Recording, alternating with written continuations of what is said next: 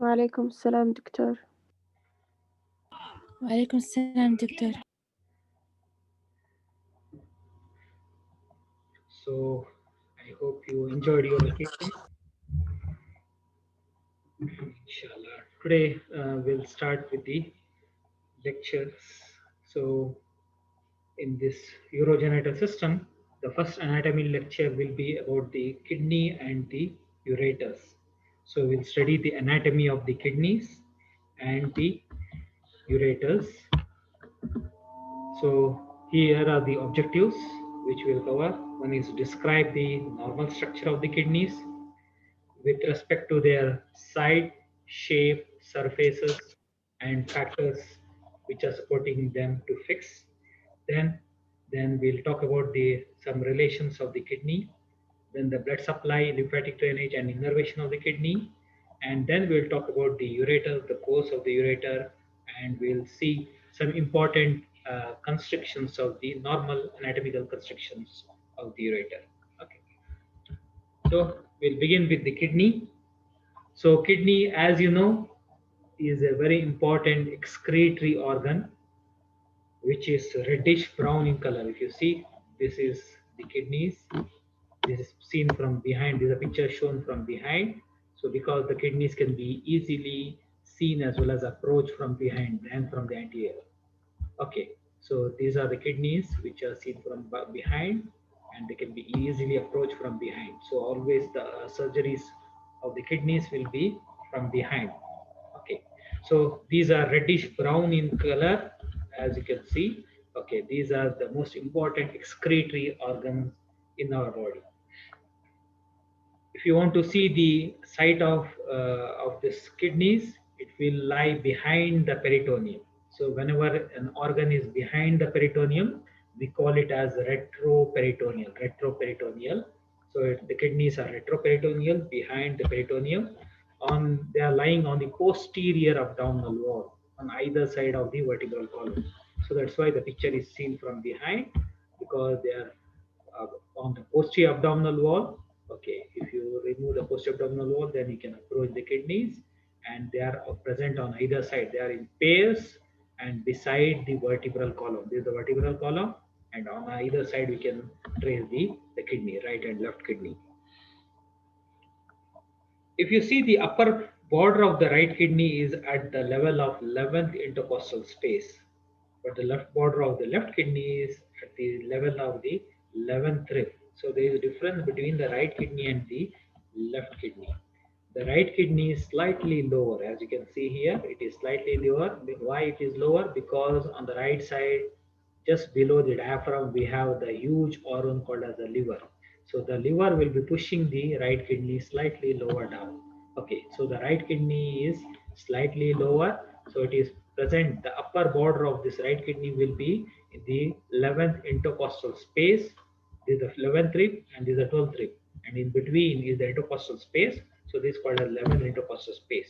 But the left kidney is slightly higher. So the upper border of this kidney will be at the 11th rib.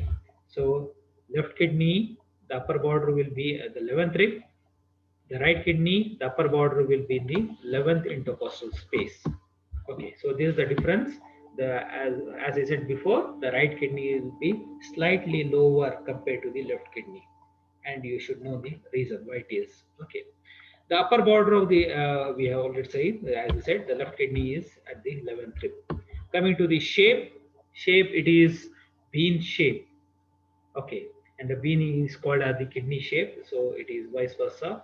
So it is bean shape, and the size is almost 12 centimeters into 6 centimeters into 3. If you see, 12, half of that will be 6, 6 half of that will be 3. So it will be 12 centimeters in length, 6 centimeters in breadth, and half of that, that is the 3 centimeters in thickness.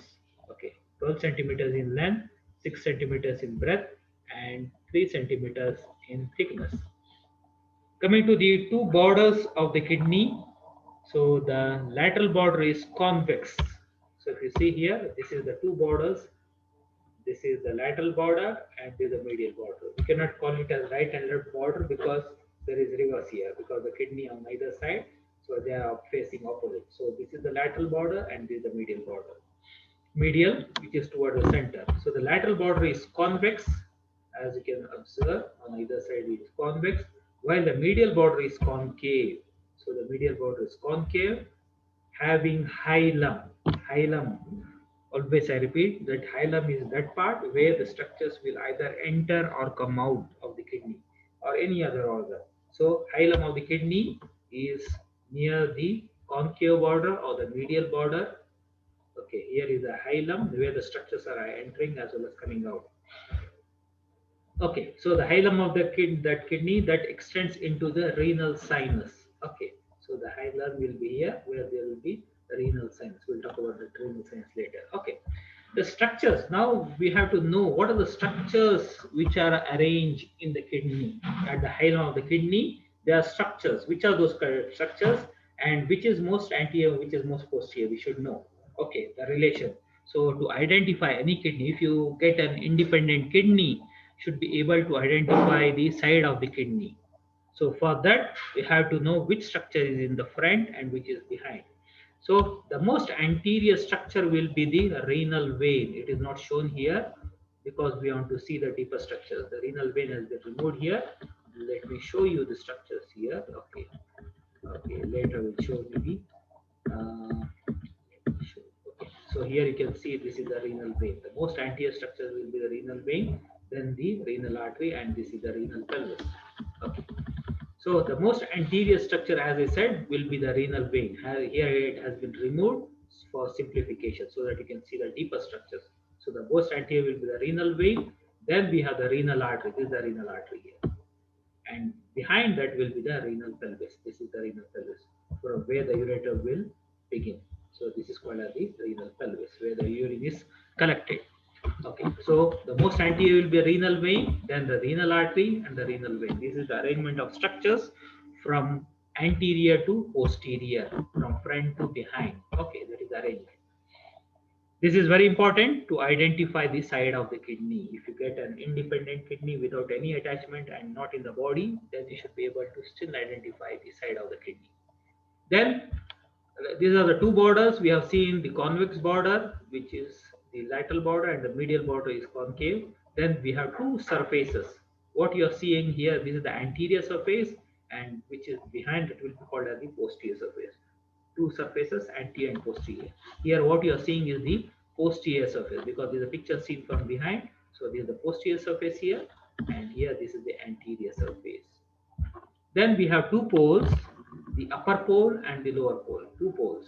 Okay, so it is also called as the superior pole and the inferior pole. Upper pole is called as superior, and this is called as the inferior. The superior pole, the suprarenal gland lies on each of the superior pole. If you see here how to identify the superior pole, whenever it is in contact with the suprarenal gland, always the suprarenal gland will be at the superior pole, upper pole or the superior pole. Okay, so and the inferior pole will be free of any glands. Okay, so you can easily identify the superior pole by the presence of the suprarenal gland. So that's why this gland, adrenal gland, is also called as the suprarenal gland. Supra means above, renal means kidney, above the kidney. So this is called a suprarenal gland, or it is also called as the adrenal gland. Now coming to the some of the coverings of the kidney. Kidney is a very important, as I said, very important excretory organ. So it is well protected, well protected. So it has many coverings. So what are these coverings? So the first most important covering will be the fibrous capsule. Okay, this is the kidney. This is the cross section. If you take cross section of this kidney along with the abdominal wall, so if you take a cross section and see from above, this is the picture showing you the kidney from above. Okay, so this is the kidney here, cross section of the kidney, and here outside you can see a brownish area. This is called a fibrous capsule. It is nothing but the condensation of the stroma of the kidney. So this is the condensation of the stroma of the kidney, which forms a capsule called a fibrous capsule of the kidney. Then outside that there is something called as the perirenal fat, also called as the perinephric. So these are renal means the other name for the kidney. Nephric is also the other name for the kidney. So sometimes it is called as, the kidney is called as renal, sometimes it is called as nephric.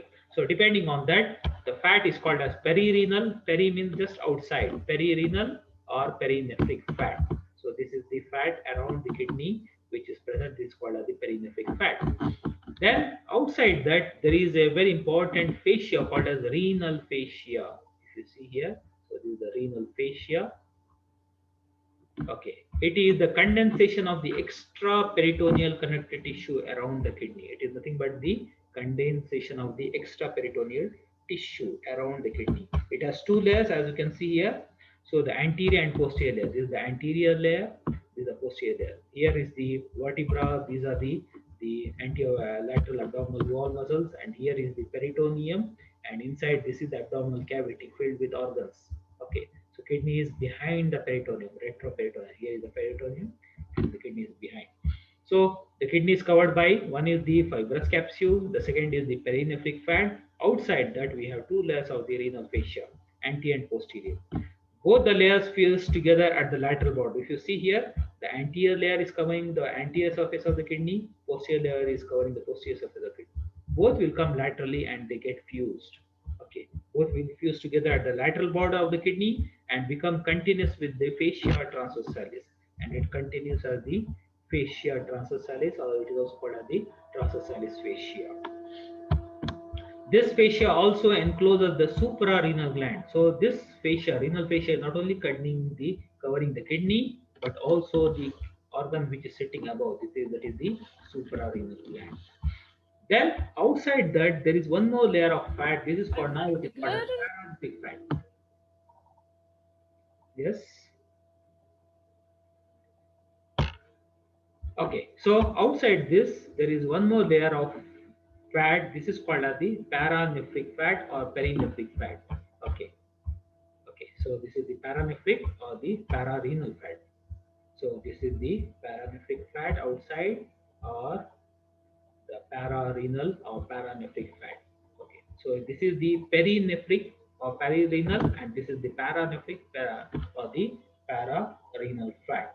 Okay, so these are the important layers. Okay, the paranephric fat, it lies external to the renal fascia and forms part of the retroperitoneal fat. This is part of the retroperitoneal fat. Okay, so it is, well, this fat will give the cushioning effect to the kidney, and whenever there is trauma, it protects the kidney.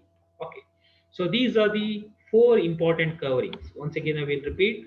So the innermost covering will be the fibrous capsule. Just outside that is the perinephric fat or the perirenal fat. Then outside that there are two layers of the renal fascia which cover the anterior and posterior surface of the kidney, and on the lateral side they fuse and continues as the transversalis fascia. And the outermost covering will be the paranephric fat, which will give the cushioning effect and forms a bed for the kidney. Okay. So this is called as paranephric, or it is also called as the pararenal fat. So these are the four coverings of the kidney. Now coming to the some of the important relations of the kidney. So whenever you approach, if you become the urologist or the neurosurgeon, the surgeon, regular general surgeon. So at that time, if you want to approach the kidney, okay, so you should know some of the important relations of the kidney so that you don't damage them. So that's why we should know the relations. So the posterior relations, because as I said, the kidney will be on the sitting on the posterior abdominal wall on either side. So we should know the first is the most important is the posterior relation. So what are those? One is the 12th rib, as we have already seen the 12th rib is the 12th rib.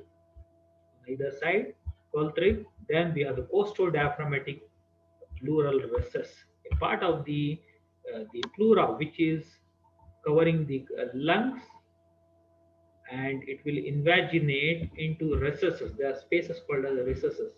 You might have studied already in the respiratory system where there are spaces called as recesses where the pleura will extend.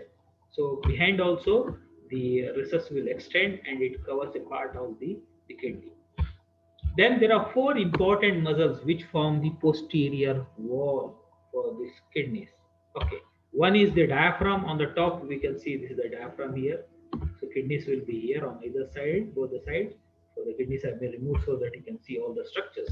One is the diaphragm. Diaphragm is not only on the upper part, but it also goes behind. If you see here, it is running all the way from the posterior wall. Okay, so diaphragm will form one muscle. The second is the psoas major muscle on either side. If you see here, this is the psoas major on either side. Okay, it joins with the iliacus, then it forms the iliopsoas muscle. Okay, so this is the psoas major muscle on either side. Okay, then we have the quadratus lumborum. Next to that, there is a quadrilateral muscle here called as the quadratus lumborum. Quadratus lumborum muscle. Okay. Then we have the transversalis fascia. It is not shown here. The transverse abdominis, sorry, the transverse abdominis, which will be the actually wall for the anterolateral wall, anti-abdominal wall, which extends behind, and here it will be there. Okay, it is not shown in this picture. So these are the four muscles which will form the posterior relation. One is the diaphragm, then we have the psoas major muscle, this thick muscle here. Then we have the quadratus lumborum, which is the quadrilateral muscle, and then we have the transverse abdominis muscle, on either side. Okay. Then we have three nerves which also will be in the posterior, which form the posterior relation. One is the subcostal nerve, which is nothing but the 12th intercostal nerve, which is below. So it is called a subcostal because there is no 13th row, so there is no 13th, the 12th intercostal space. There are only 11 intercostal spaces, and the 12th space will be called a subcostal region, and the nerve is called a subcostal nerve T12. Then we have two other nerves called a iliohypogastric as well as the ilioinguinal nerve, which also form the posterior relation.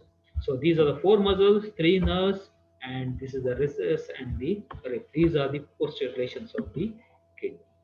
Now coming to the anterior relation, anteriorly it is in relation to the peritoneum as well as the internal abdominal organs. Okay, so anteriorly it will differ according to the side, so it differs from the right and left side. On the posterior relation is same for both the kidneys, right and left, except the relation of the 11th rib. Okay, all other most of the relations are same. Okay, for both right and left kidney. But anterior relation it differs because of the different relations with the different organs in the abdomen. Okay, anteriorly, the right kidney, we have this is the right kidney here. The right suprarenal gland will be sitting on the top upper pole, as we know. Then we have the relation of the liver here. This region is for the relation of the liver. Then we have the second part of the duodenum. Okay, descending part of the duodenum. First part, second part, third part, and fourth part. We know there are four parts of the duodenum. The second part is in relation to the hilum, especially near the hilum of the kidney. Then the right coliflexure, of the colon. Okay, so it will be in relation here to the right kidney. Then the small coils of the intestine, or the coils of the small intestine, will be in relation to the lower pole of the kidney as well as the lower anterior wall. Okay, so these are some of the important relations. In the upper part, suprarenal gland, then we have the liver, duodenum, right coliflexure, and the small intestine. But the left kidney, the relations are slightly different. So in the upper pole as well as the anterior wall, there will be the left suprarenal gland. Then instead of liver, here it is the stomach which is in relation. Then we have the spleen. The spleen will be on the lateral, the convex surface of the kidney. Okay. Then lateral convex border. Okay. Then we have the pancreas. The tail of the pancreas will be especially in relation to the hilum of the kidney. Then we have the left coliflexure. Here it is right coliflexure. Here it will be left coliflexure. Then descending colon and the coils of the jejunum. Okay, all these are some of the relations of the left kidney. So there is a difference in the right kidney anterior relation and the left kidney, but the posterior relation for the both kidneys are very similar. Now coming to the structure of the kidney. The structure of kidney in more detail you study in the histology part. Here, whatever you see with your naked eyes, whenever you cut the kidney and take a section, whatever you see with your naked eyes, that we'll discuss. Okay, more details you'll study when you study the histology part. Coming to the structure of the kidney, each kidney has an outer cortex and an inner medulla. So the whole of the kidney, the structure of the kidney is divided into outer cortex, this is the cortex, and the inner medulla. So outer cortex and inner medulla. Okay. The cortex is reddish brown outer area. So the cortex will be reddish brown. Okay, the medulla will be paler. Here the picture, in the picture the color is quite reverse. So this will be dark and this will be paler. Okay, but here they are shown these as more dark regions. Okay, so the medulla is inner pale area that is made up of 10 to 12 conical masses called as renal pyramids. You see here, these are the renal pyramids, medullary pyramids or renal pyramids, whatever you call them. So there are 10 to 12 conical masses with the apex directed toward the middle part. Okay. The base of each pyramid is directed toward the cortex. So the base is called cortex, and the apex, the renal papillae, is projecting medially. So the apex is called as the renal papillae and it is directed medially. Okay. The cortex extends into the medulla between the adjacent pyramids as the renal columns. In between the renal pyramids, there is part of the cortex extending into the medulla. This is called as the renal columns. These are the between the renal pyramids. There are parts of the cortex extending here. So these are called as the renal columns. They are like columns. Okay. The renal cortex is divided into two parts: the cortical arches or the lobes forming the caps at the base of the renal pyramid. So the part which is at the base of the renal pyramid, this is called as the cortical arches, okay, or the lobes. Okay, and then we have the renal column that lie in between the pyramids. So these are the renal columns between the pyramids. These are renal columns and these are the cortical arches. Each pyramid together with the overlying cortical arch forms a lobe of the kidney. So the pyramid along with the cortical arch, this is the pyramid with the cortical arch, form the lobe of the kidney. So there are 10 to 12 pyramids, so there should be 10 to 12 lobes of the kidney. Okay. Now coming to some spaces called as the renal sinus. Renal sinus. So if you see here, there are spaces. Okay, this is called as the renal sinus. It is a space that extends into the kidney from the hilum. So here is the hilum. So that hilum will extend as a space. This is called as the renal sinus. It contains, it is not free, but it is contains branches of the renal artery, the tributaries of renal vein, and the renal pelvis. If you see here, renal branches of the renal artery and its branches, renal vein and its tributaries. Then we have renal pelvis. This is the renal pelvis. Okay, the renal pelvis divides into 2 or 3 major calyces. If you see here, so this is the renal pelvis where the urine is collected. So it is divided into 2 to 3 renal major calyx. So this is called as the calyx, major calyx. Calyx means cup-like, cup of flower. Okay, which in turn divides into 2 or 3 minor calyx. If you see, this is one major calyx, this is the second. Okay, so each major calyx is divided into smaller calyces. So these are called as the minor calyces. Okay, minor calyces. So all the renal pyramids, these are the renal pyramids. So these renal papillae, the apex of the renal pyramid, that is the renal papillae, will open into the minor calyx. 2 to 3 papillae will open into each minor calyx. And the urine is collected here. From the minor calyx, it collects into the major calyx. From major calyx, it collects into the renal pelvis. Now coming to the arterial supply, the blood supply of the kidney. Okay. So the renal artery is the main artery which arises from the aorta at the level of the second lumbar vertebra, as you can see here, as you already saw this picture. Okay, so this is the aorta, abdominal aorta, from where the renal artery, right and left renal artery, will be branching and supplying the kidneys. Okay, so the renal artery arises from the aorta at the level of the second lumbar vertebra. Each renal artery, here is the renal artery, divides into 5 segments. If you see here, This is the superior segment or apical segmental artery. This is the anterior superior segmental artery. Here you can see the anti-inferior segmental artery, and here you can see inferior segmental artery. So the four will be in the front and one will go behind. This is called as the posterior branch of the renal artery, or it is also called as the posterior segmental artery. Each renal artery divides into five segmental arteries that enter the hilum of the kidney. So they are entering into the hilum of the kidney. Four in the front, as I said, one will be behind. So this is one behind. All other are in the front. Okay. So one behind the renal pelvis, which are distributed to different segments of the kidney. So they are going, as the name indicates, they are segmental arteries. They divide into segments. So these segmental arteries, the lobar artery arises from these segmental arteries. So these segmental arteries will divide into lobar arteries. Lobar arteries. Okay. So here you can see these are dividing into lobar arteries.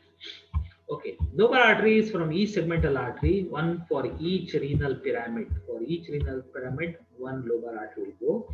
Each lobar artery divides into two or three interlobular arteries. So if you see here, each lobar artery divides into two or three interlobular arteries.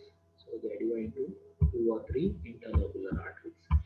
The interlobular arteries run towards the cortex on each side of the renal pyramid. As you can see here, they're going towards the cortex. Okay, the interlobular arteries gives of the arcuate arteries. Now they form arches. These are called as the arcuate arteries. Arcuate arteries. At the junction of the cortex and the medulla. So they form the arcuate artery at the junction of the cortex and the medulla. Okay. The arcuate arteries gives of several interlobular arteries. If you see here, each arcuate artery gives rise to many interlobular arteries.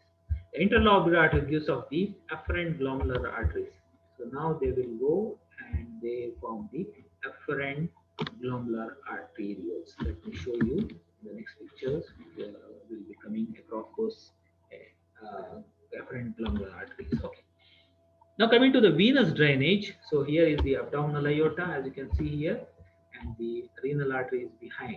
The most anterior will be the renal vein, as we said before, renal vein. So renal vein emerges from the hilum in front of the renal artery and drain into the inferior vena cava. So the venous blood will be drained to the kidney through the renal vein into this is called as the inferior vena cava. Okay. The left renal vein is longer than the right. Why? Because the inferior vena cava is more toward the right side, okay, beside the aorta, and this is more close towards the right kidney. So the left renal vein has to drain all the way, so it has a long vein. So the left renal vein is longer compared to the right renal vein. Right renal vein is very short. As soon as it comes, it drains into the inferior vena cava. The left renal vein receives the left gonadal and left suprarenal veins. So the left renal vein, so this is the left renal vein, will receive the left gonadal vessel, like the testicular vein or the ovarian vein.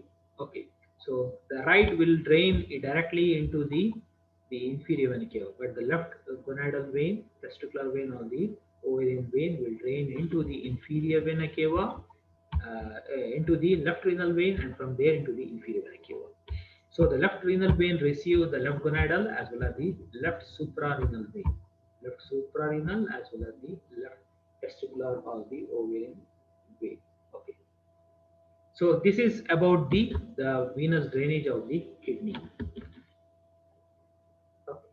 So do you have any doubts still here? Do you have any doubts still here? Okay, we'll go further.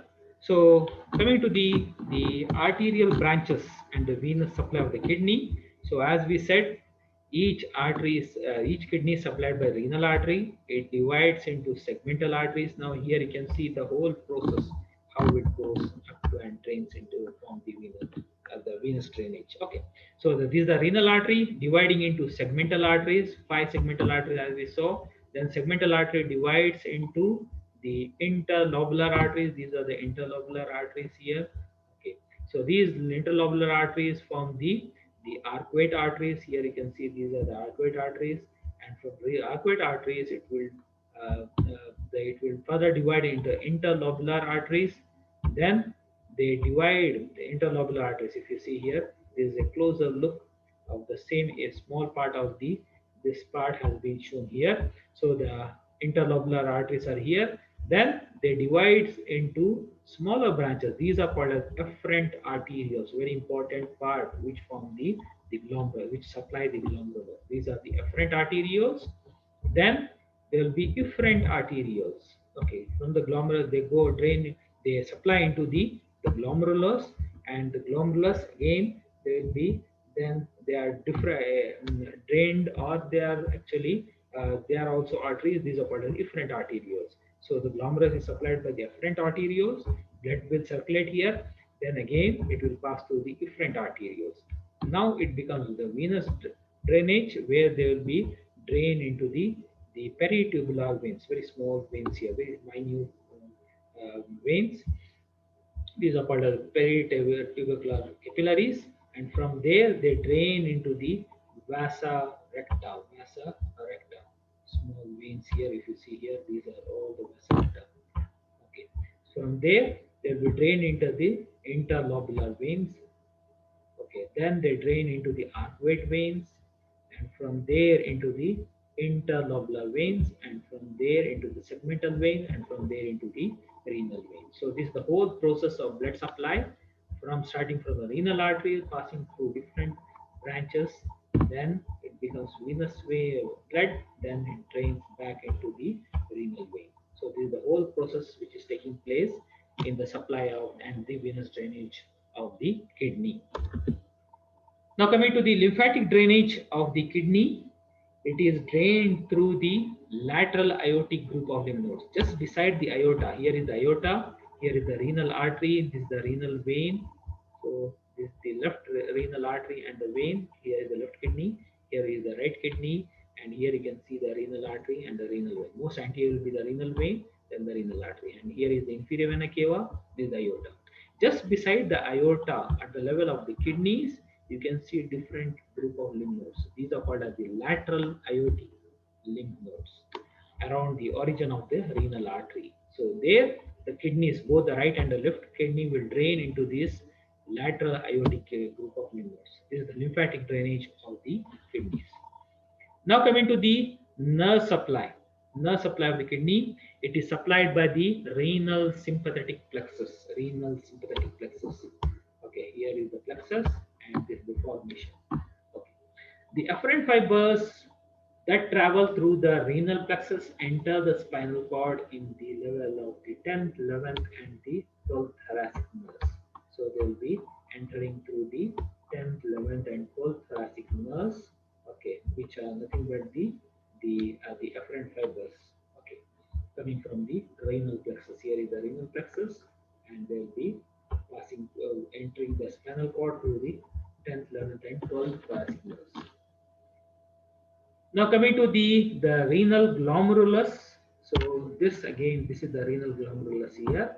Okay, this you in detail you study much more detail in the physiology as well as in case of histology. Here this is a brief introduction to that. So as you know, the functional unit of the kidney is the nephron. Nephron. This whole thing is called a nephron.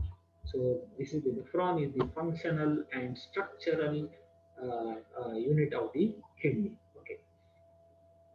Coming to the each nephron is associated with two capillary beds. There are two capillary beds here. One is the glomerulus, which you see here. This is the glomerulus, as well as the peritubular capillary plexus. Here is the peritubular capillary plexus.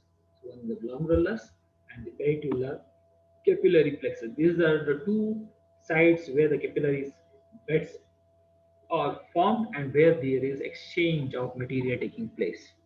The glomerulus is both fed and drained by the arteriole. As I said before, the arteriole is arteriole, the smallest artery, that is called an arteriole, afferent arteriole, will supply the glomerulus, this is the glomerulus, and it is also drained by the arteriole. This is called an efferent arteriole, both supplied and drained by the arterioles.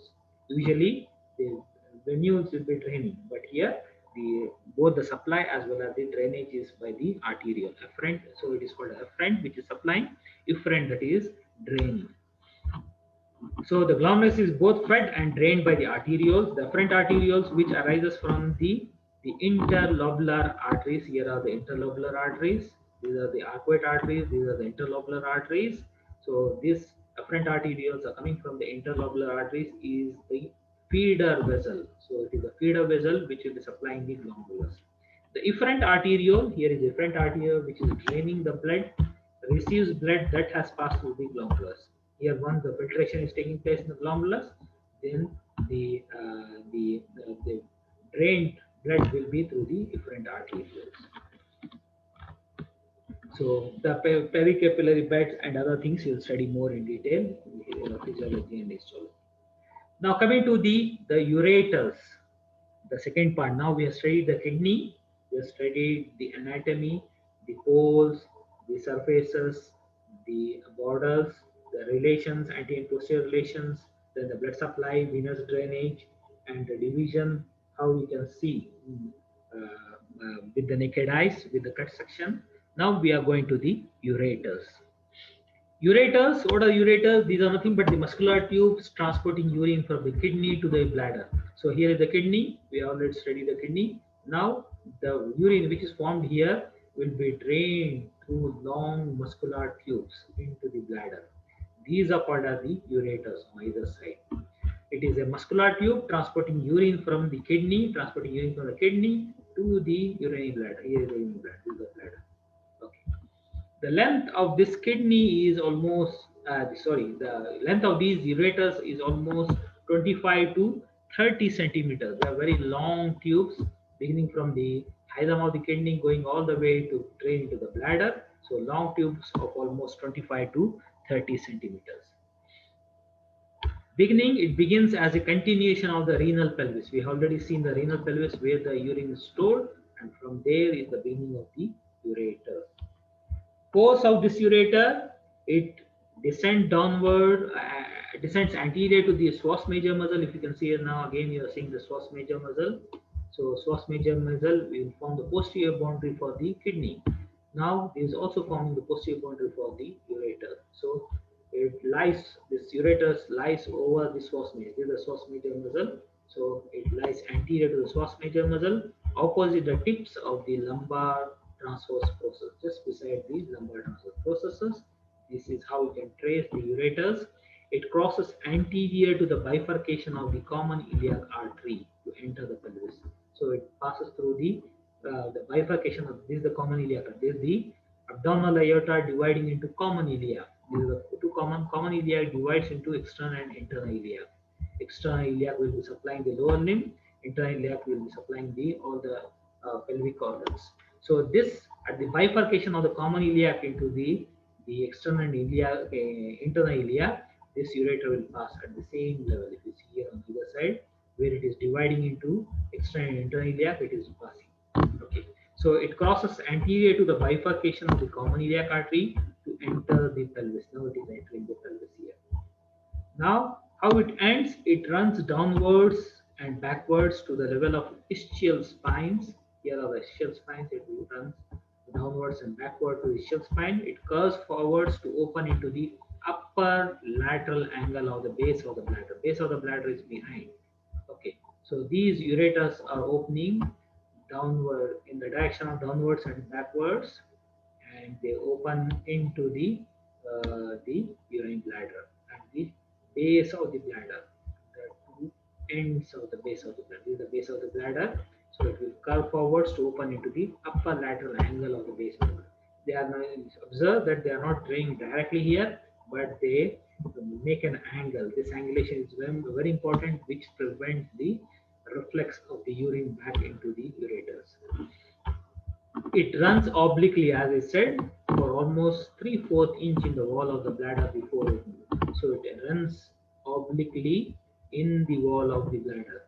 The bladder wall is thick, so it runs almost 1/4, 3/4 of the inch of the bladder before opening into the bladder. Now coming to the constrictions of the ureters. Ureters are very important and they are constricted usually because of any pathology, or usually it is because of the stones, renal stones. The renal stones will come and block the ureters, and they are seen as constrictions. So we should be able to differentiate these pathological constrictions with the normal constriction, because there are normal constrictions also. Okay, so there are 2 to 3 important constrictions of the ureter. One is at the pelvic inlet. So one is at the crossing of the common iliac artery. Here, when it is crossing the division of the common iliac into external and internal iliac, here it get constricted. Okay, so the first constriction actually is at the utero-pelvic junction, where the pelvis become the ureter. Pelvis continues as the ureter.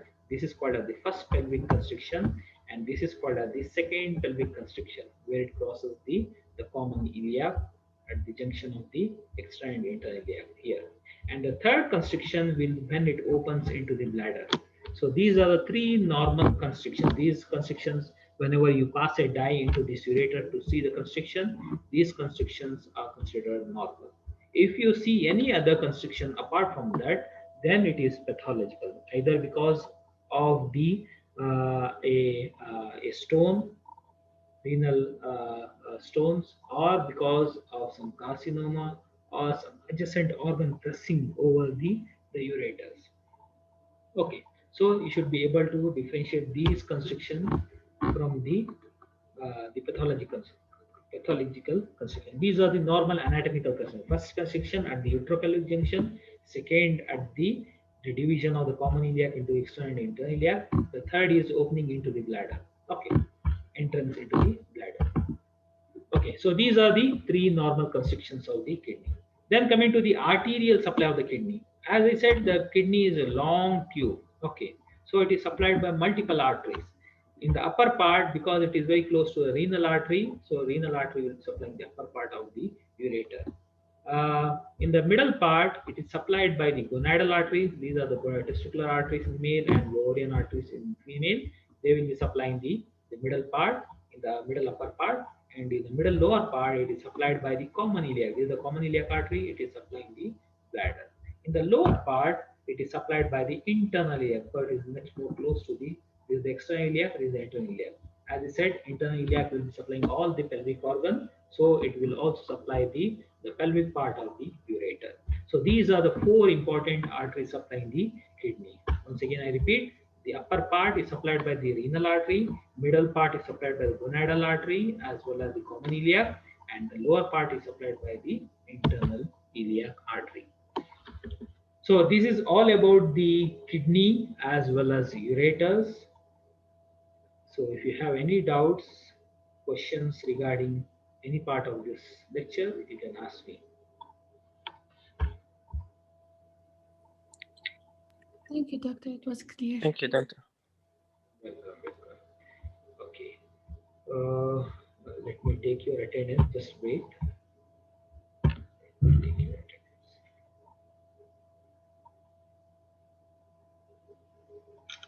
Okay. So if you don't have any doubts, okay, go through the lecture. Anytime if you have any questions, you can ask me.